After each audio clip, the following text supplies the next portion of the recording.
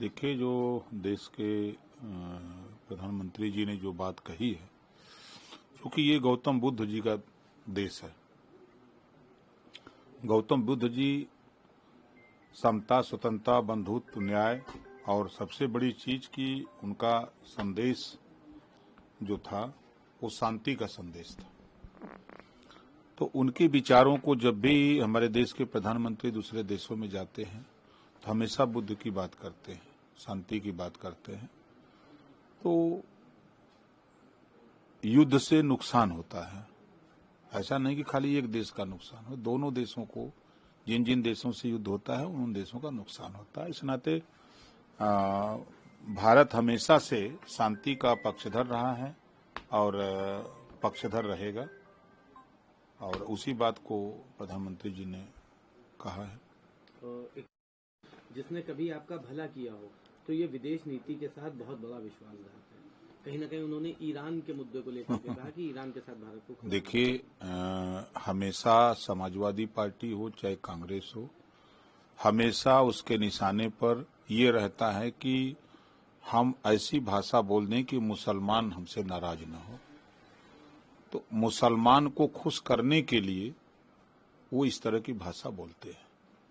भाई, बुद्ध जी ने शांति का संदेश दिया दुनिया को, उसी बात को अगर प्रधानमंत्री जी कह रहे हैं तो क्या बुरी बात कह रहे हैं।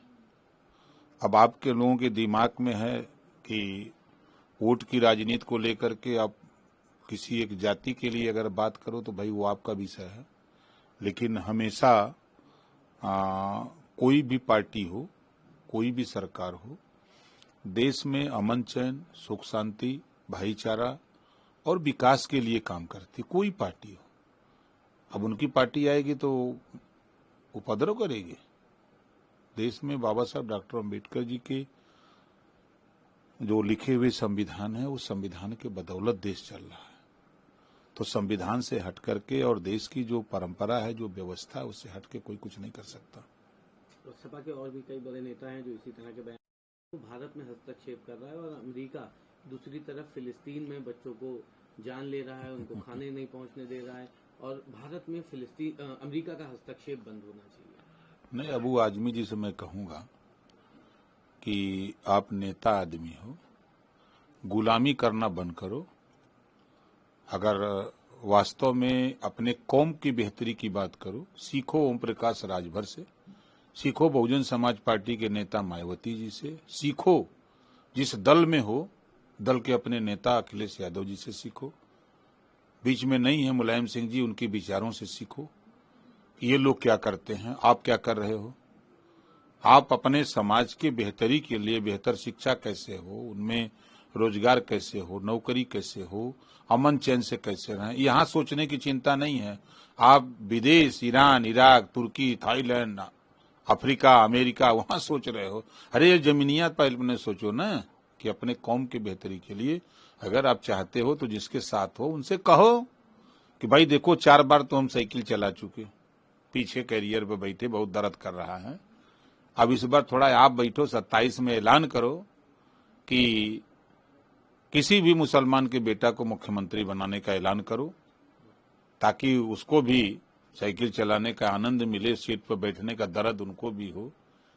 ये कहने की हिम्मत है उनके पास? किसी मुस्लिम नेता की औकात नहीं है कि इस बात को कोई कह दे। अगर कह सकता है तो ओम प्रकाश राजभर ये बात डंके की चोट पे कह सकता है कि साइकिल चलाना बंद कर, पीछे कैरियर बैठना बंद करो, साइकिल चलाना शुरू करो। कहो अपने नेता से कि भाई इस बार 27 में यदि सरकार बनती है तो मुसलमान का बेटा मुख्यमंत्री बनेगा। आप जिसको मर्जी उसको बनाओ, लेकिन बनाओ तो अपने हक के लिए तो नहीं लड़ रहे हो। ईरान इराक की बात कर रहे हो, अरे यहाँ की बात करो ना यार। एक और बड़ा अहम कदम हुआ है समाजवादी पार्टी में। विधानसभा सत्र के दौरान समाजवादी पार्टी के कुछ विधायकों ने बागी होकर सरकार के पक्ष में वोट दिया था, जिसको लेकर के अब समाजवादी पार्टी ने कार्रवाई करते हुए 3 बागी विधायकों को निष्कासित कर दिया पार्टी से, और कहा है कि बाकी के जो बचे हुए हैं उन पर भी कार्रवाई की जाएगी। ये कौन नई बात है, ये तो उसी समय हो गया था। वो तो हमको तोड़ने की बात कर रहे थे। कि 2 मिनट में तोड़ देंगे और खुदा अपनी पटिया तोड़ रहे हैं। वो तो खुदा अपनी पटिया तोड़ रहे हैं।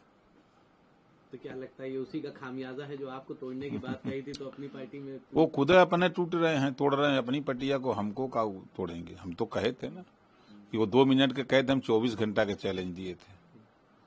तो चैलेंज हमारा स्वीकार करना सबके बस का नहीं है, तो वो उनका विषय है। वो तो उसी दिन तय हो गया था कि ये लोग इनके साथ नहीं रहेंगे, दुखी होकर के लोग छोड़ दिए हैं। एक आखिरी सवाल रहेगा, केंद्रीय गृह मंत्री अमित शाह जी ने संकल्प दोहराया, उन्होंने कहा कि हथियार डालो, मुख्य धारा में शामिल हो जाओ। देखिए सही बात है। देखिए जब आतंकवादी गतिविधियों में जो लिप्त होता है पूरा परिवार, रिश्तेदार और पूरा समाज परेशान होता है, तो सरकार का प्रयास है कि विकास के मुख्य धारा से जुटो और वो रास्ता गलत रास्ता है उसको छोड़ो।